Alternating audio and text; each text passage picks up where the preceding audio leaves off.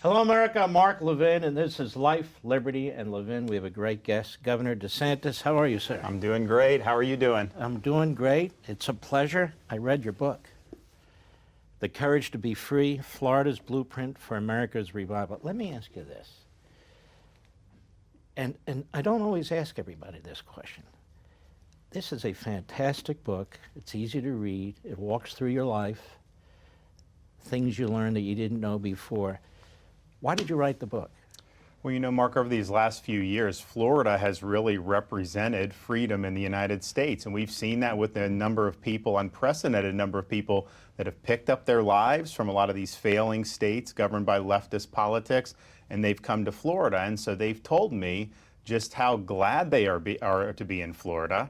You've seen other states that have followed Florida and done well, others that haven't and done poorly. But people would always say to me, you know, I just wish our country would be doing what Florida is doing, that Florida really shows American principles put into action with courage and conviction can work. And so what we talk about is a lot of the stuff that we encountered coming into office, a lot of the issues that we tackled, but then kind of where the dividing lines are in current American society and how I think we have the best arguments for the direction that not only states but the country should go in. Well, I'll tell you what I found interesting about the book. It's not a typical politician's book.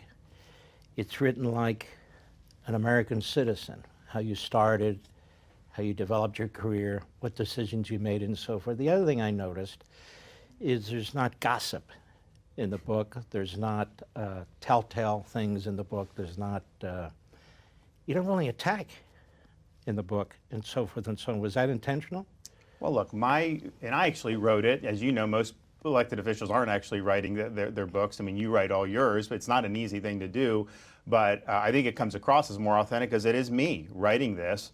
And I also don't believe in some of the gossip stuff. It's like if you and I would have had a private conversation 3 years ago, why should I regurgitate that and put that out there when you were talking to me in confidence? And so I try to focus on the policies, the principles, and then a lot about what does it mean to be a leader in this day and age? Because as you know, Mark, when you're standing for our values, you come under assault in American society. It's not just from leftist elected officials. Of course, you've got to battle them.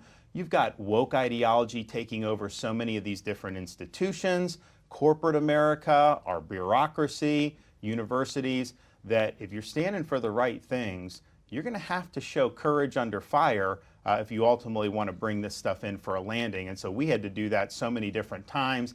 And I just felt that's something that I think people are going to be more interested in than me kind of dishing about private conversations I may have had with somebody that people know. You're conservative? What does that mean to you? Well, I think the foundation of it is understanding the American project. Our rights come from God, not from the government. The founders rejected the divine right of kings, and it used to be some people did have rights, but it was a courtesy of the state. So that's not how our system works. We have these God-given rights. We loan power to the government under a constitution to protect those rights. And I think that what we've seen in more modern society is we've seen an unmooring of those constitutional foundations. We have an administrative state which is totally out of control. It violates people's freedoms. It's really been weaponized against factions of the country that the ruling class doesn't like.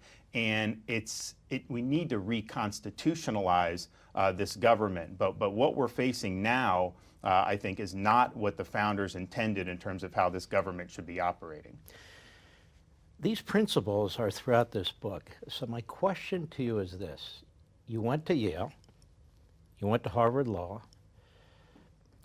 You grew up under very modest means. You were a great baseball player. But through all this, particularly Yale and Harvard, how did you maintain your principles, faith, belief in God, these conservative principles? Was it your parents? What was it? Well, I talk in the book about, so I grew up in a town called Dunedin, Florida, which is in the Tampa, St. Petersburg area.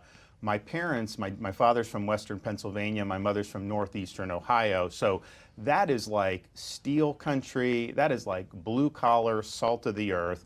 And as you know, Mark, Florida is very eclectic. People kind of come from all over. We do have a culture, and so I grew up in that culture, but really it was kind of those Rust Belt values that raised me. I get to Yale. I had no idea what I was getting into. I didn't even know colleges were liberal. I mean, I was like 18 years old.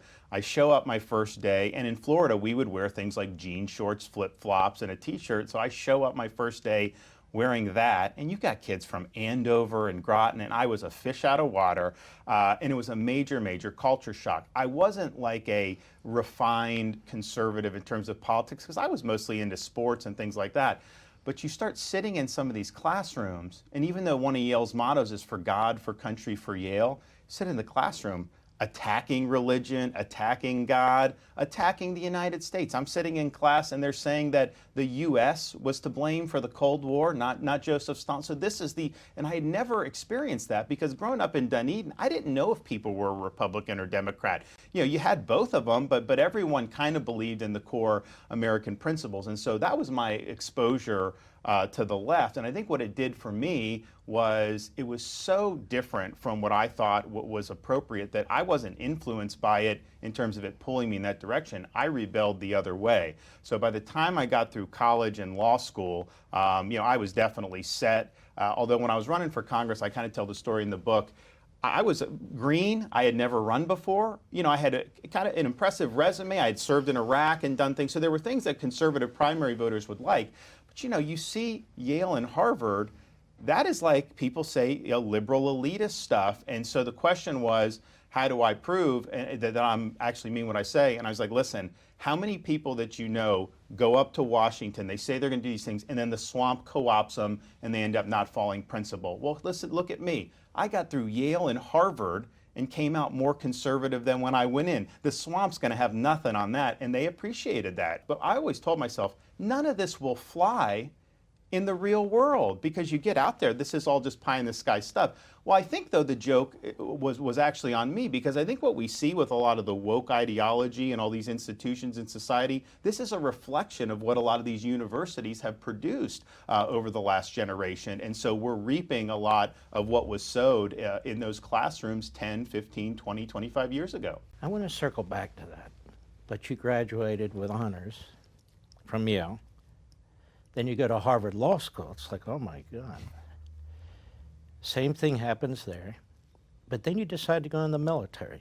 What was that all about? Well, I graduated college before 9/11, and I just remember growing up in like the 90s. Cold War was over. We didn't have a care in the world, probably at the height of our power as a country looking back on it.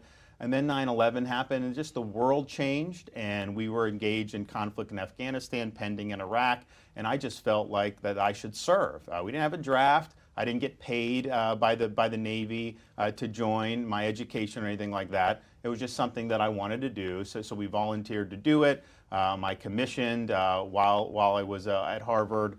Ended up starting my career down in Northeast Florida, Naval Station Mayport, eventually did stints in places like Iraq, and just as a volunteer with that too. I mean, I was not mobilized to deploy to Iraq, but they needed people, so I raised my hand and say, hey, send me, I'll go.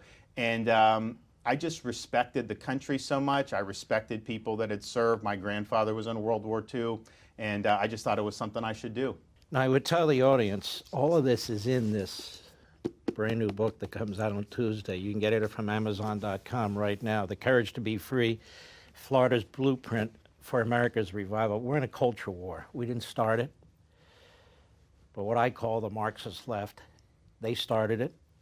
It is devouring our institutions. It is devouring our politics. It's devouring the private sector. You have CRT, critical race theory. You have DIE or DEI, you have ESG, and all of a sudden I feel like it's just piling on top of us. This is something you obviously as governor have noticed in the classrooms, the sexualizing of little kids. Disney, Walt Disney has to be rolling in his grave right now, what's happened to Disneyland and Disney World, and these other events in the culture too. You've kind of taken the lead in taking this on as far as governors go. Tell me about that. What caused you to say, I got to do something about this? Well, think about it, Mark. So, I got reelected November 2022.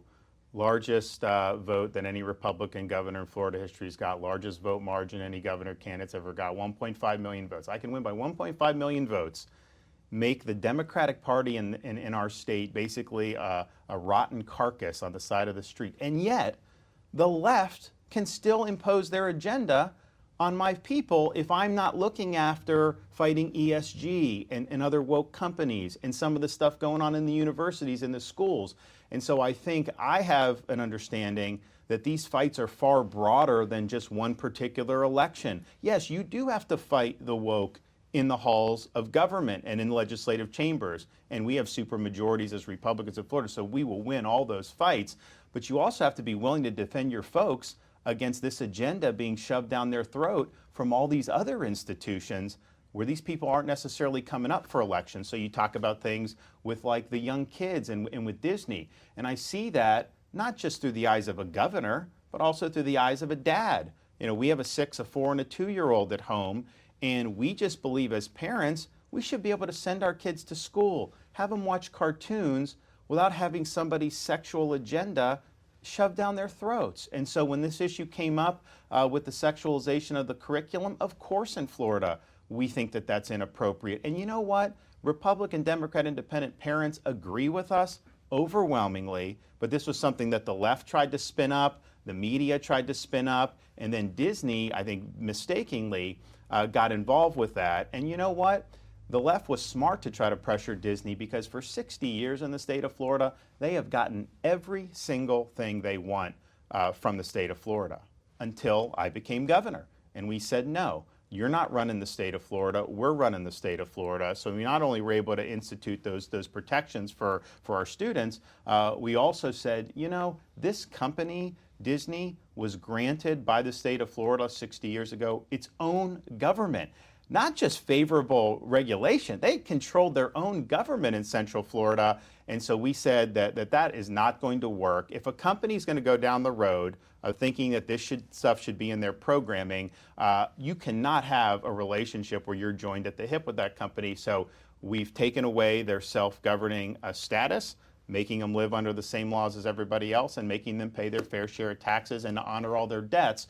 And that's just, I think, good government when you're defending your folks like that. And incidentally, media attacked me for doing the Disney stuff. They said, oh, it's going to hurt him in the election. Well, the county that most Disney employees live in, Osceola County, historically Democrat county, Republican hasn't won it in a while, we carried it by 7 points. The book is The Courage to Be Free by Governor DeSantis, Florida's Blueprint for America's Revival. We can't cover everything in here. We're covering some of the issues, as you can see. You can get it now at Amazon.com. You can get it in any bookstore starting Tuesday, but if you want to jump ahead and grab a copy right now, I would do it. Hey, Sean Hannity here. Hey, click here to subscribe to Fox News YouTube page and catch our hottest interviews and most compelling analysis. You will not get it anywhere else.